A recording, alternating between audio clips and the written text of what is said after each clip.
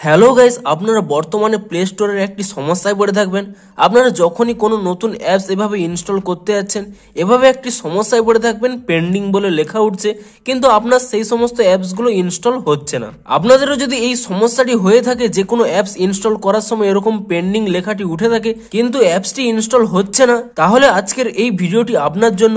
আপনার এই ভিডিওটি প্রথম থেকে শেষ পর্যন্ত পুরোটি দেখতে থাকুন এবং সেই প্রসেসগুলো ফলো করতে থাকুন, তাহলে আপনাদের এই পেন্ডিং সমস্যাটি 1 মিনিটের মধ্যেই সমাধান হয়ে যাবে। তো হ্যালো গাইস, আমি সৌরভ, আপনারা দেখছেন ইস্যুটেক। চলো শুরু করা যাক।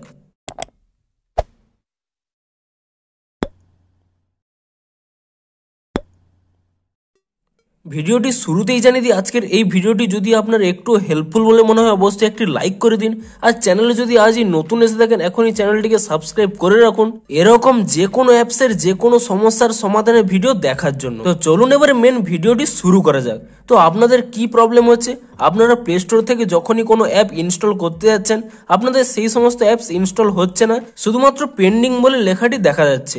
আপনাদেরও যদি এই প্রবলেমটি হয়ে থাকে, তাহলে আজকের এই ভিডিওটি পুরোটি দেখতে থাকুন। তো প্রথমে আপনারা কি করবেন, এখানে প্লে স্টোর ওপেন করে নেবেন এবং প্লে স্টোরটি ওপেন করে নেওয়ার পরে এখানে উপরে ডান কোণে এখানে মাই প্রোফাইলে ক্লিক করে নেবেন এবং মাই প্রোফাইলে ক্লিক করে নেওয়ার পরে নিচের দিকে একটি অপশান পেয়ে যাবেন সেটিং বলে। আপনি এই সেটিংস অপশানে ক্লিক করে দেবেন এবং সেটিংস অপশানে ক্লিক করে দেওয়ার পরে আপনার এখানে জেনারেল সেটিং অপশানে ক্লিক করে দেবেন এবং প্রথম যে অপশানটি রয়েছে অ্যাকাউন্ট অ্যান্ড ডিভাইস প্রিফারেন্স, আপনি সেই অপশানে ক্লিক করে নেবেন এবং সেই অপশানে ক্লিক করে নেওয়ার পরে এরকম একটি পেজ ওপেন হয়ে যাবে। আপনারা নিচের দিকে একেবারে স্ক্রোল করে নেবেন এবং এখানে একটি অপশান পেয়ে যাবেন ক্লিয়ার ডিভাইস সার্চ হিস্ট্রি।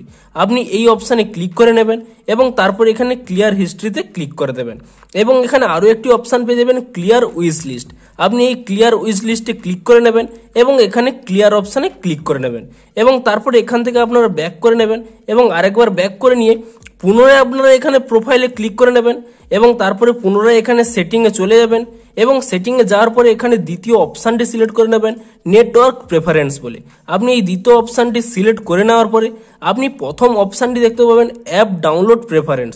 আপনি এই অ্যাপ ডাউনলোড প্রেফারেন্সে ক্লিক করে নেবেন এবং ক্লিক করে নিলে আপনার যদি এখানে ওভার ওয়াইফাই অনলি কিংবা ask me every time select করা থাকে, আপনি এখানে ওভার এনি নেটওয়ার্ক সিলেক্ট করে নেবেন এবং ওভার এনি নেটওয়ার্ক সিলেক্ট করে নেওয়ার পরে আপনি এখানে ওকেতে ক্লিক করে দেবেন এবং তারপরের যে অপশানটি রয়েছে অটো আপডেট অ্যাপস, আপনি এই অপশানে টাচ করে নিয়ে আপনার যদি এখানে ওভার ওয়াইফাই অনলি কিংবা ওভার এনি নেটওয়ার্ক করা থাকে, আপনি কিন্তু এখানে ডোন্ট অটো আপডেট অ্যাপস করে নেবেন এবং তারপর এখানে ওকেতে ক্লিক করে দেবেন এবং তারপরে যদি আপনারা এখান থেকে ব্যাক করে নেন এবং আপনারা যে কোনো অ্যাপস এখানে ডাউনলোডে ক্লিক করে নেন, এখানে আপনার ইনস্টলে যদি ক্লিক করে নেন, তো আপনারা দেখতেই পাচ্ছেন এখানে আপনি যদি ওকেতে ক্লিক করে দেন, আপনার অটোমেটিক্যালি এই অ্যাপসটি কিন্তু পেন্ডিং প্রবলেম আর দেখাবে না।